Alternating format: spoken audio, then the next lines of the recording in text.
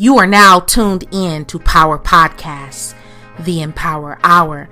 Peace and blessings, beautiful souls. I am Brandi L. Bates, author of Moonshine for the Soul, The Art of Grind, and many other books. I'll be your host for tonight.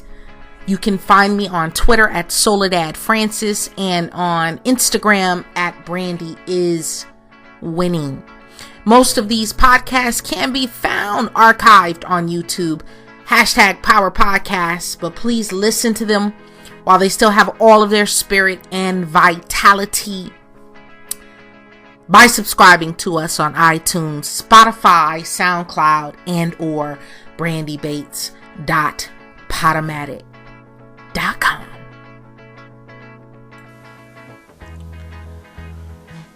Dear writer, poet, artist, photographer,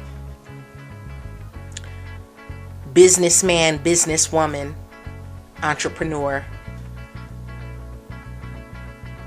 developer. That last heartbreak was material. That layoff, that disappointment was all material. It's all material. If you've ever had your life flash before your eyes, I mean, you've been in a car accident, you may have been accosted or attacked or survived, some crazy ordeal. But if you've ever been in an experience where you had your life flash before your eyes, I'm coming for your ass. I'm about to get right with you. Not very many people know that when I was about 8 years old, my mother and I attended a wedding, one of her co-workers' weddings. And I can remember still so vividly, it was a Cuban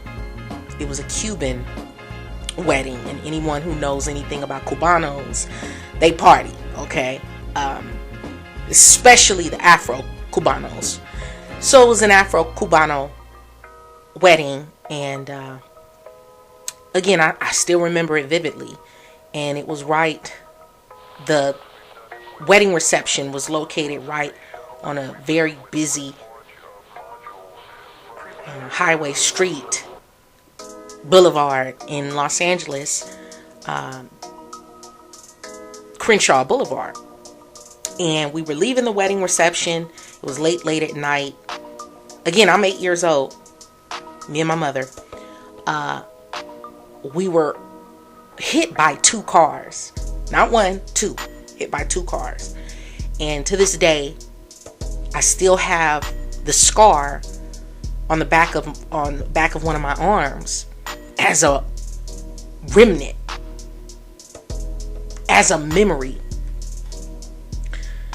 to that night when we were hit by two cars. So obviously we survived. All I had was a scratch. I had a fractured thumb. My elbow was dislocated, but other than that, I was fine. Oh, and I had a big, huge knot on my head that came out like 10 inches, right? So, but my mom, she broke her leg, and the onlookers all said how we flew up like at least 100 feet. Just flew in the air. One car hit us, another car hit us, flew up. My shoe was down the street. But I share that to say, when your life has been spared and you've survived some things, like you've survived some shit that took other people out, killed lesser women, killed lesser men, there's something bigger for you. There's something bigger for you to accomplish. There's something bigger for you to do. There's something bigger for you to contribute. You know, whether it's a walk out in nature or body surfing in the ocean, running barefoot in the grass, or just gazing up at the moon, nature always gives me what I didn't know I needed. Always offering me something beautiful, magical, and healing for free. For free. Nature never takes more than it pours back into us. And when you think about it, not too many things, not too many people, not too many experiences in life pour back into you than they take, right? There is mental self-care and there is spiritual self-care. See, there are different dynamics to self-care. Self-care is not one size fit all. For one woman, for one man, self-care may look like having pedicures and manicures and facials and massages. For others, it's traveling to a different country. For others, it's just spending the day at the lake or the beach. For some, it might be taking a road trip and clearing your mind, getting out on the open road. For some, you know what I mean? Your self-care looks different than my self-care. But there is certain requirements for the mind, for the body, for the spirit to have a hard reset, a hard reboot. Everything every now and then needs to be needs to be turn it off, turn it back on, right? Let it rest, let it cool off. Let the power get a chance to, get grounded again, right? Because a lot of us are live wires between work, businesses, careers, family, right? Kids, spouses, boyfriends, girlfriends, bills, responsibilities, stress, sickness, parents, right? It's just, you're a live wire. Every morning, my prayer, my mantra, I affirm, show me 1,000,000 miracles. Lord, show me 1,000,000 miracles. Reveal to me 1,000,000 miracles. That I have the eyes to see and the ability, the capacity to receive 1,000,000 miracles.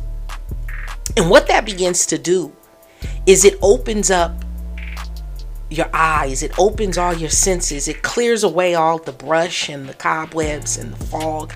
And it demystifies things that you experience throughout the day that may come to you in the form of, it could come in the form of so many different things. But if you're not open to receive, if you're not receptive to what the message is, you'll shoot the messenger. You'll attack the source.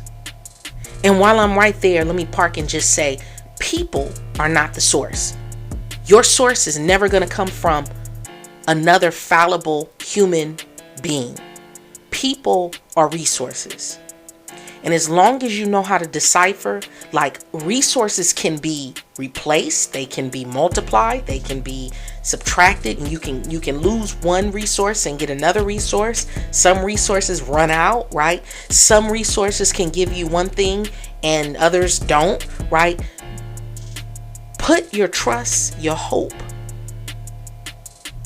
in your source, whatever that looks like for you. For me, my source is the creator, my creator.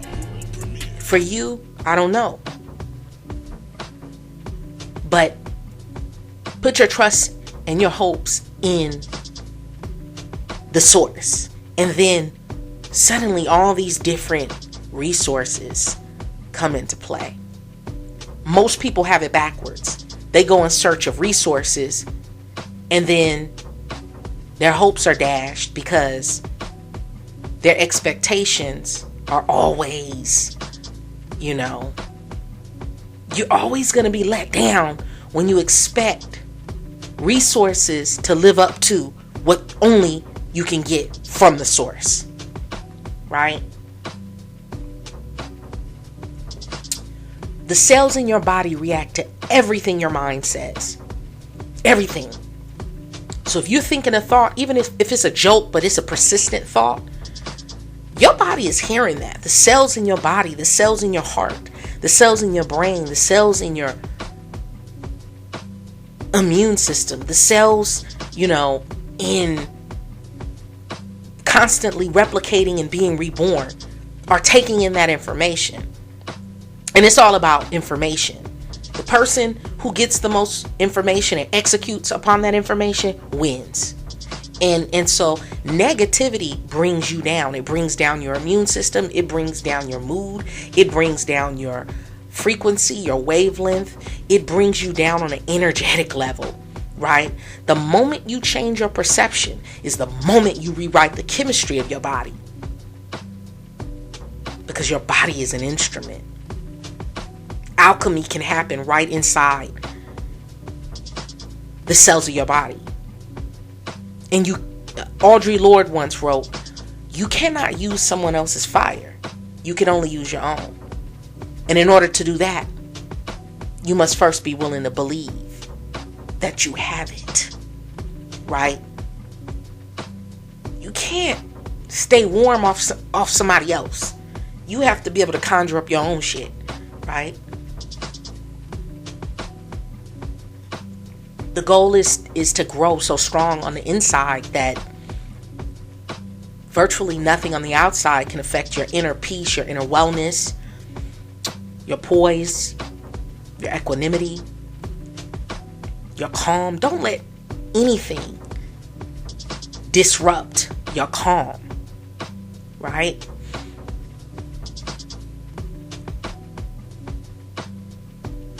Your body has powerful healing properties, powerful regenerating properties, powerful replenishing properties. And I believe the universe will always give you the tools you need when it brings you a challenge. So sometimes the bright side of a life storm is that it disrupts your soil. Because sometimes you need your soil broken up and tilled. Sometimes you must unlearn the shit that's not working for you. People often say that, this or that person has not found himself or herself yet, right? She's still, you hear parents talking about their kids, she's still trying to find herself, he hasn't found himself. But the self is not something one finds, right? You don't find yourself. It's something one creates. You create yourself. You construct yourself. You build yourself. And in that way, everyone, each of us is self-made. And so to have something different, you got to do something different. Naeem Akbar once wrote, you must first be a king of your own personal kingdom. If you can't lead that kingdom on your own 2 feet, you can't lead a bigger kingdom. If you can't take care of your own 2, if you can't rock it on your own square, you can't do shit outside of you, period. And don't put off your genius and greatness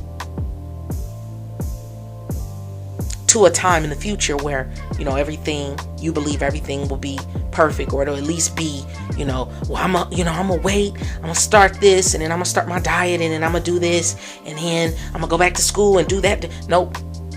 Because that moment never comes. It will never come. The perfect moment does not exist. Of all the illusions and beliefs and superstition that we have, it's believing in the perfect moment. So begin now. It takes courage to be educated, to admit that you know nothing, to empty yourself of your pride and be open to receive. It takes courage. It takes courage to be rich. It takes courage to just be above the bullshit and be like, you know what? I don't want to be like everybody else. I want to be on my own wave. I want to be in my own lane. That takes courage. It takes courage to be successful, because bigger responsibilities and obligations come to you when you elevate. It's like when you have mouths to feed, it hits different, right? Because see, I have to tell people the difference is, if I fuck up and I fall off, I'm homeless. I'm ass out. You fuck up, you can go back home. You can go stay with your dad. You can go stay with your mom. You can go stay on Big Mama's couch for a little while, right? But even success, sometimes success brings contempt. You thinking people are happy for you, and the whole time, really,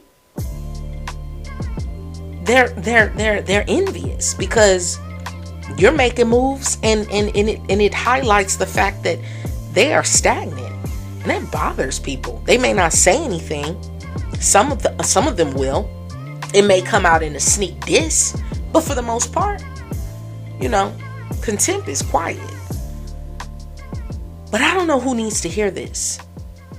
But again, I'm coming for you. I'm coming for your ass today. You know exactly who I'm talking to. See, I don't have to know your story to know your spirit and your energy, where you coming from, because I can feel it. Whatever your intrinsic gifts are, whatever your intrinsic, built in, shit you just do naturally. I know women who know how to just naturally, naturally, perfectly do makeup. Flawlessly, just a flawless fashionista, could put, outfits together, can style.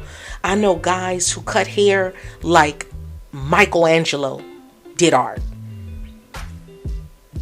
Right? I know people who write songs like it sounds like some shit just angelic, just otherworldly, naturally. But whatever your intrinsic gifts are, they will be your salvation. Your natural born strengths will guide you. Your bag is on the other side of your gifts and talents and natural born abilities. So, for some, I say commit to launching the business that will revolutionize an entire industry, an entire generation, right? Please. We need you. Like, we need it. We don't need any more bullshit. We don't need any more replicas or remixes and remakes. If I see one more remake, we need original thought. Where are the original thinkers? We need original movie scores. We need original films and plays and books. We need originality, original art, original ideas. Shit that is effective. Even if it's new or a new way of doing something, we need it to be tried and true and know that it works.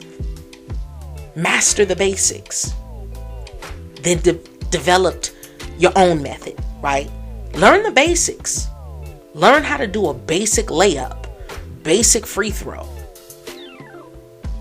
basic plays.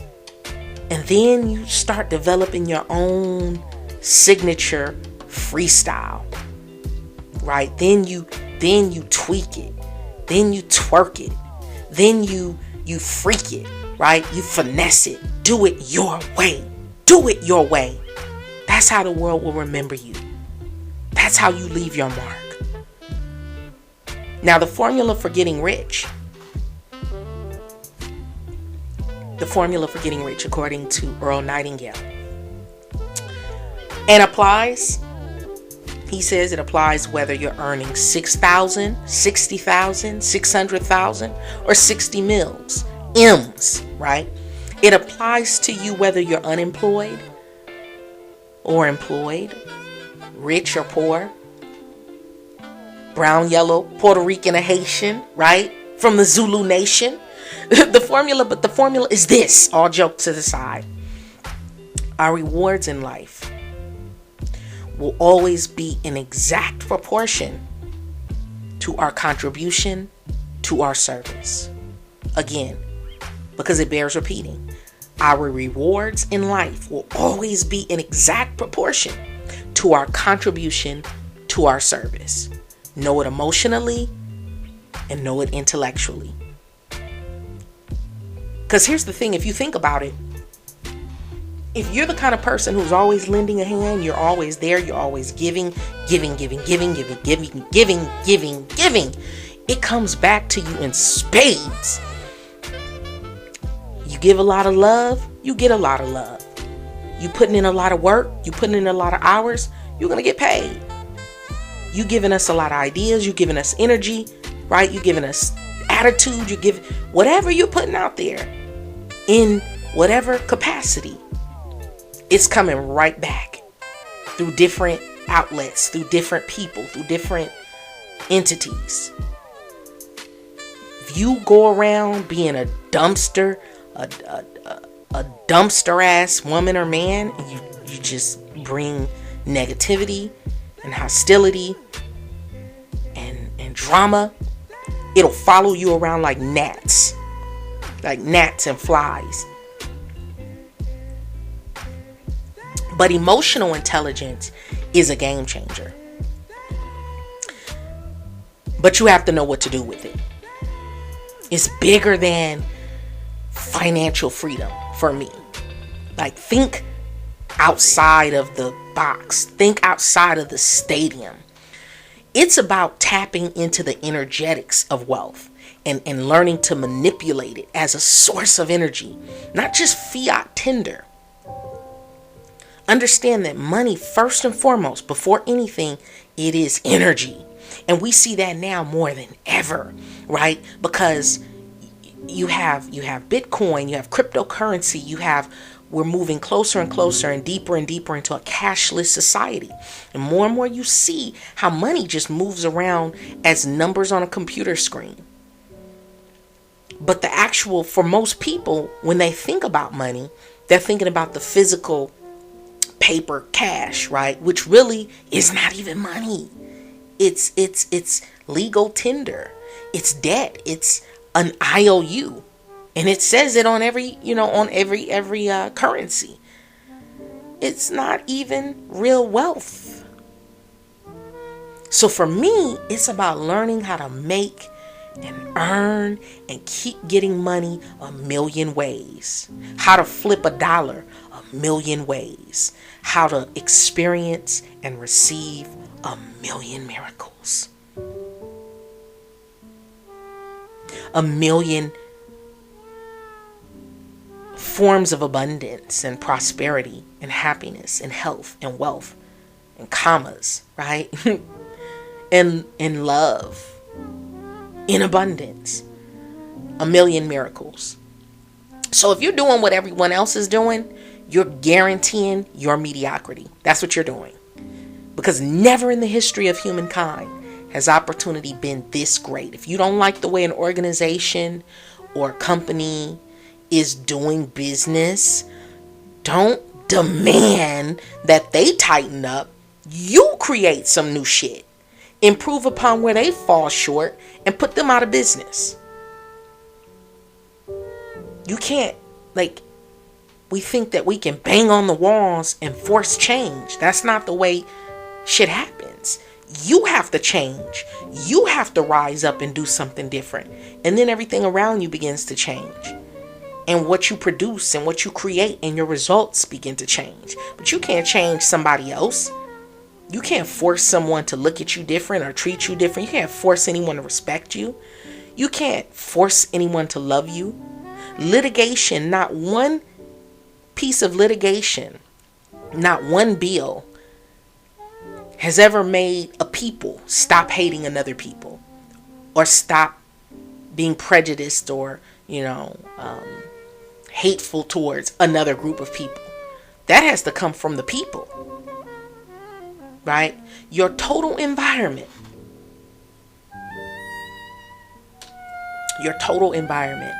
if you're an able-bodied adult, for a substantial amount of time, is a merciless mirror of you as a human being. Your car, the way you dress, how you live, where you live, your relationships. When you just go outside and look outside the window, all your environment. Take a look around you. All that is a mirror of you. See, the problem is people are always expecting someone else to fix shit. You fix it by fixing yourself. Start fixing your environment by fixing your attitude. Things never get better. You get better. Things don't change. We change. And as we change, what we see changes. What manifests changes. What happens changes. You don't look for the right partner. You become the right partner. And the right partner finds you. See, you can't bring better people, can't come to you if you holding on to raggedy. If you're raggedy, you think raggedy, raggedy thoughts, raggedy mindset, raggedy mentality, guess what? Guess who you're gonna attract? Raggedy. Because somebody who got their shit together, they're not checking for you. Because you're raggedy. Get your fucking weight up. The algorithms are only getting smarter. Technology is making it easier than ever to win, to have multiple sources of income, to link with the brightest and best, most compatible souls. It's about doing things for your highest good. Like, I'm always asking myself when I'm doing something or when I'm around someone, or whether it's reading a book or getting on the exercise bike, like, is this tapping into my highest good? If it's not tapping into my highest good, I don't need to be doing it. Arden Rose said in the book Almost Adulting, realize that you can't let the feelings of others make you live less. Like, right? Like, stay out the next man or the next woman's business, right? Understand the veil is thinning. Probably by the time you read this, listen to this, hear this, taste this, touch this, experience this, consume this, breathe this. In October, literally each day until Halloween, October 31st, there's a veil between the realms, and we know this. We know this. And we know that it thins, and it thins, and it thins, and it thins. And when the planets get this way, in terms of, you got Mercury in retrograde right now. You have, let's see, we have, it's a lot going on right now, right? You have new moons and full moons, but when things get this way, this season, it's because the planets want to shake up the status quo. Or if you want to say God, or you want to say the ancestors, or you want to say the universe, or you want to say the powers that be, your higher mind, whatever you want to call it, it wants to shake shit up and force us to confront languishing situations that many of us would prefer not to address. Pointing to myself first. Do you feel the quaking? Something within you is starting to detect it. You feel it. You sense it. You innately know it. That there's a deeper meaning. There's a deeper meaning to life. There's some deeper shit behind the politics. There's some deeper shit behind the deception, behind the distractions, behind the disruption happening. Because reality is elastic. I've said it many, many times before. Again, it bears repeating. Reality is elastic. Reality is elastic. Reality is elastic. Nothing is static. Nothing is staying still. Nothing is permanent. Nothing is stuck. Everything is in movement. rising and falling, breathing, dying, living, reproducing, replicating, feeding. Have those important conversations. Don't put off conversations that you need to have with your dad or your mom or your kid or your nephew or an aunt or an uncle or even a coworker or your loved one, right? Courageous conversation. Times such as these call for courageous conversation. You can't keep hiding behind shit, right? And I'm only saying it because I've done it. And it's liberating. It's freeing. Getting shit off your chest. Sometimes you have to let people know. Certain conversations between brothers who've grown apart, right? A mother and daughter. Behind bullshit and miscommunication, you've fallen out. Or between father and son or sisters. Or you know, who needs to give them, like, whoever it needs to hear your truth. Whoever needs to hear your truth, give them your truth. For some, there's been childhood trauma. There's been abuse. There may have been, estranged relations for whatever reason. For some, you've just been living a lie for so long because you don't tell people how you really feel. And so you know who you are. Low key, you already know what you need to do. We always know what we need to do. Doing it, not doing it, that's something else. But you have everything. Carlos Castaneda said, you have everything needed for the extravagant journey that is your life. We either make ourselves miserable or we make ourselves strong. The amount of work is the same. Are your relationships guided by ego and control, or are they guided by spirit? And what would that look like, a relationship guided by spirit? Life is too short for grudges, period. It's the energy required to hold a grudge, to be just mad at somebody. It's so taxing. It's so heavy. It's so expensive. It costs you your peace. It costs you peace of mind.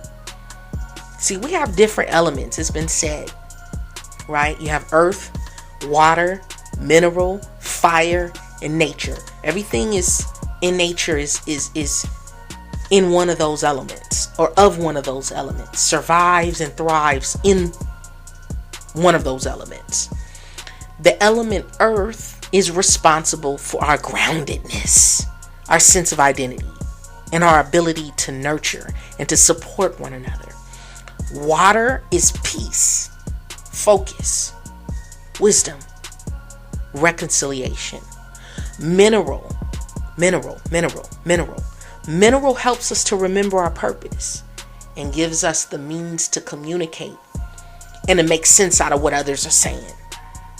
Now, fire is about dreaming, keeping our connection to the self and ancestors, and keeping our visions alive. Nature helps us to be our true self, to go through major changes and life-threatening situations. It brings magic and laughter. What am I saying? Where am I going? Deconstruct your 10-year plan so you stop living reactively and start living with deep concentration on the few things that matter. And only giving yourself to people who matter. Only have time and conversation and energy for people who matter. The man or woman who their opinion means nothing, why are you listening to them? Why would you even give energy, focus, an ear to someone whose opinion is so insignificant to you? And so the internal transition that leads us to the type of universal trust where we're happy and content regardless of external factors. It doesn't ever come from external pursuits, i.e. the rat race. Ultimately, the rat race is a treadmill. A lot of movement. Yeah, I'm going to get this. I'm going to do that. But you're not going anywhere, right? Pouring and throwing energy at shit that just does not have an impact. Won't matter. And so whether it's a dead-end relationship, a dead-end job, either you'll get used to it or you'll leave. You have to crawl before you ball. Crawl before you ball. Crawl before you ball. But if you can learn how to ball out during a pandemic, you're unstoppable. Unstoppable. Full stop. It says, show me your wallet. Better say bad motherfucker on it, right? But the easiest thing to do is quit. And the easiest occupation is victim. Like, it takes nothing to be a victim. Just lay down and get walked on. Lay down and get hammered and beat down and do nothing. Don't defend yourself. That's the easiest thing to do. Do you understand the power of good soil? There she go, back on nature, right? There she go. Good soil is synonymous with your environment. Imagine recreating yourself and creating a new piece of art or a new income stream each birthday. So where are my writers at? Every birthday, have yourself a calendar and a planner and say, okay, each birthday I'm gonna write a new book or create some form of, whatever your medium is.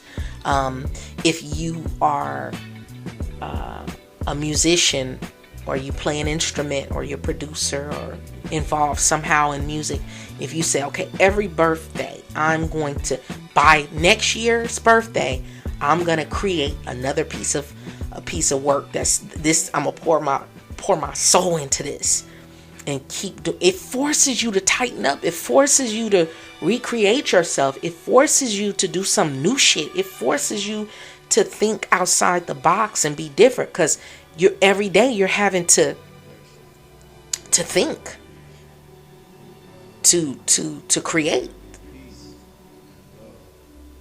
to birth. And if you can't walk in your own authority, you will get walked over. This is the law. This is the law in nature. It's an unspoken truth among all of mankind. Whether you go to Samoa or New Zealand, right? Or Istanbul. It's the same. So has your environment, soil, has your environment positioned you to flourish? Or has it positioned you to struggle? Bad soil, mineral depleted soil, make it difficult to root, make seeds difficult to root. See, environment has everything to do with who you are. Everything. And that's why everyone in Silicon Valley is talking about net zero emission. We're trying to get to purely electronic cars, because they know something you don't. And also, while I'm there, let's park for a minute. In the age of surveillance, why do we see so much black pain? Why are we shown so much black pain from the shores of Florida to the shores of Lagos, as though the racial wealth gap is not enough? It's not enough to show you certain people constantly being villainized and demonized and victimized, right? That's strategic. Everything comes faster to the uncluttered, unfettered, prepared mind. You need to know what you're looking for and be adept at recognizing that. Often things show up differently. than we expect them to. So what you're looking for, your new opportunity, your new relationship, your new career, your new job, your new home, your new business, your new body, all of that, it might be in your backyard and you don't even notice it. It might be in plain sight right in front of you and you don't even know it, because you are expecting it to look a certain way, and that's not the way it's coming to you. So thank you so much. Thank you so much for listening. You guys stay safe.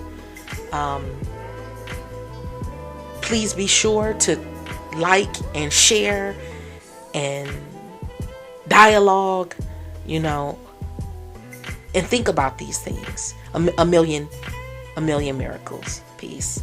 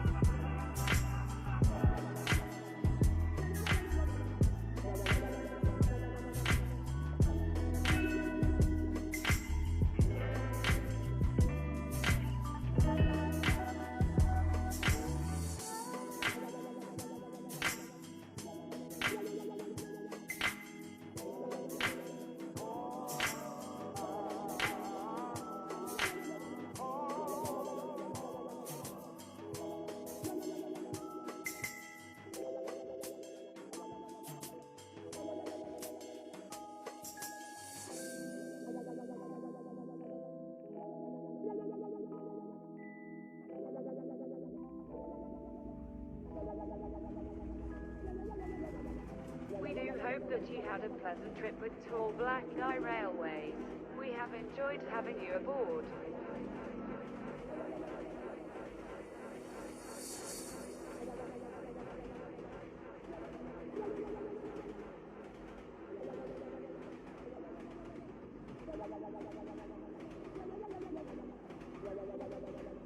It is now safe to depart the train. Please make sure that you have collected all of your items before leaving. Thanks again for riding our Tall Black Guy Railway. This is the conclusion of your trip.